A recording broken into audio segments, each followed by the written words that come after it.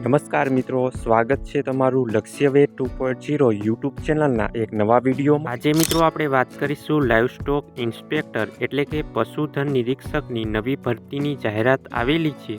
આ ભરતીની સંપૂર્ણ માહિતી આપણે આજના વિડીયોમાં જોવાના છીએ, તો મિત્રો વિડીયોના અંત સુધી જોડાયેલા રહેજો, જેથી કરીને તમને આ ભરતીની સંપૂર્ણ માહિતી મળી રહે। મિત્રો, આ ભરતીનું ઓફિશિયલ નોટિફિકેશન બહાર પાડી દેવામાં આવેલું છે। આ નોટિફિકેશન તમને આપણી ટેલિગ્રામ ચેનલમાં જોવા મળશે। ટેલિગ્રામ ચેનલની લિંક વિડીયોની નીચે કમેન્ટ બોક્સમાં આપેલી છે, ત્યાંથી તમે જોડાઈ શકો છો। હવે મિત્રો આપણે જાણીશું આજના વિડીયોમાં આપણે શું શું જોવાના છીએ। તો ભરતીની હાઇલાઇટ્સ અને જિલ્લાવાર જગ્યાઓ વિશે, ઉમેદવારની લાયકાત અને વયમર્યાદા વિશે, પગાર ધોરણ અને સિલેક્શન પ્રોસેસ વિશે અને પરીક્ષાનો સિલેબસ અને ફોર્મ કેવી રીતે ભરવું તેની સંપૂર્ણ માહિતી આજના વિડીયોમાં જોવાના છીએ। તો મિત્રો, તમે આપણી યુટ્યુબ ચેનલ પર નવા હોય તો ચેનલને સબસ્ક્રાઈબ કરી દેજો, જેથી કરીને તમને આવી જ ઉપયોગી માહિતી મળતી રહે। આગળ મિત્રો, ભરતીની મુખ્ય હાઇલાઇટ્સની વાત કરીએ તો આ ભરતી ગુજરાત પંચાયત સેવા પસંદગી મંડળ દ્વારા વર્ગ 3ની સીધી ભરતી બહાર પાડવામાં આવેલી છે। કુલ જગ્યાઓની વાત કરીએ તો 112 જગ્યાઓ છે અને અગત્યની ફોર્મ ભરવાની શરૂઆત 16/4/2026થી થઈ ચૂકી છે। ફોર્મ ભરવાની છેલ્લી તારીખ 7/5/2026 રાખવામાં આવેલી છે। આગળ મિત્રો, જિલ્લાવાર જગ્યાઓનું વિશ્લેષણ કરીએ તો 112 જગ્યાઓમાંથી સૌથી વધુ જગ્યાઓ તાપીમાં 13, કચ્છમાં 10, ડાંગમાં 9 જગ્યાઓ છે અને અન્ય મુખ્ય જિલ્લાઓમાં ભાવનગરમાં 7, રાજકોટમાં 7, ભરૂચમાં 6, મોરબીમાં 6, વાવ થરાદમાં 6, આણંદમાં 5, નર્મદામાં 5, અમદાવાદમાં 4, દાહોદમાં 4 અને બાકીના જિલ્લામાં 1 થી 3 જગ્યાઓ આવેલી છે।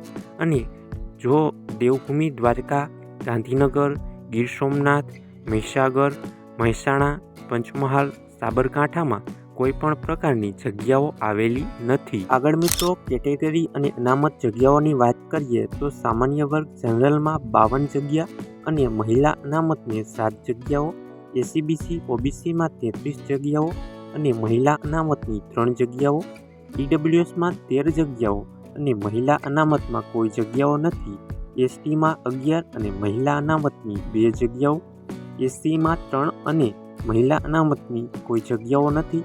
ખાસ અનામતની વાત કરીએ તો દિવ્યાંગ ઉમેદવારો માટે 16 જગ્યાઓ અને માજી સૈનિક માટે 2 જગ્યાઓ ફાળવવામાં આવેલી છે। હવે મિત્રો જાણીશું આ ભરતીમાં શૈક્ષણિક લાયકાત શું રાખવામાં આવેલી છે। તો અરજી કરવા માટે નીચેની 3 લાયકાત તમારી પાસે હોવી જોઈએ।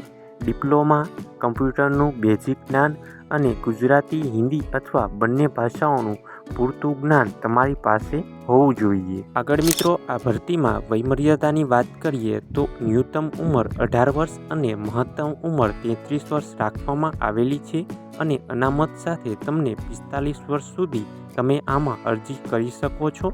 મહત્તમ મિત્રો 45 વર્ષથી વધુ ન હોવી જોઈએ। હવે મિત્રો જાણીશું આ ભરતીમાં પગાર ધોરણ શું રાખવામાં આવ્યું છે। તો પ્રથમ 5 વર્ષ માટે ફિક્સ તમને રૂપિયા 26,000 પગાર આપવામાં આવશે।